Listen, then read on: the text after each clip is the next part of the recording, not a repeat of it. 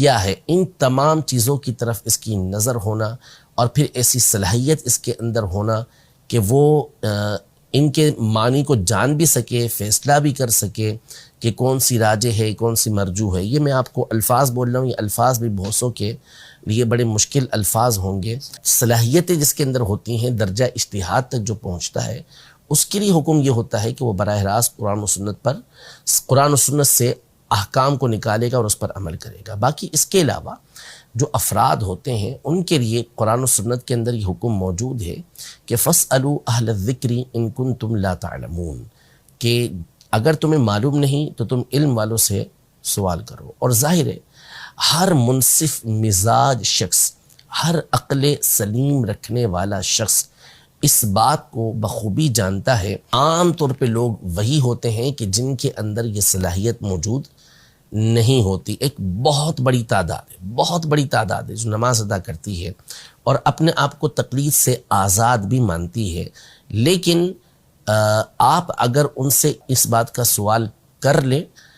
کہ آپ جو نماز ادا کر رہے ہیں تو کیا نماز کے ہر رکن کی ادائیگی پر احادیث طیبہ سے، قرآن سے دلیل آپ کو معلوم ہے، اور کیا آپ کو یہ معلوم ہے کہ آپ کی اس دلیل کے مقابلے میں کوئی دوسری دلیل موجود ہے یا نہیں؟ اگر ہے تو آپ کی دلیل کس بنیاد پر اس دوسری دلیل سے اعلیٰ ہے، اس سے بڑھ کر ہے، دوسری دلیل کے اوپر عمل کیوں نہیں ہو سکتا؟ تو ظاہر ہے کہ ایک عام شخص اس بات کا فیصلہ نہیں کر سکے گا۔ تو ائمہ مجتہدین زمانہ صحابہ کرام علیہم الرضوان سے یہ سلسلہ چلتا ہوا آ رہا ہے کہ جن علماء کے اندر، جن صحابہ کرام علیہم الرضوان کے اندر، جن تابعین کے اندر، جن تبع تابعین کے اندر یہ صلاحیتیں ہوتی تھیں کہ وہ قرآن و سنت کی روشنی میں احکام کو بیان کرتے، اصول اور ضوابط ان کے پیش نظر ہوتے،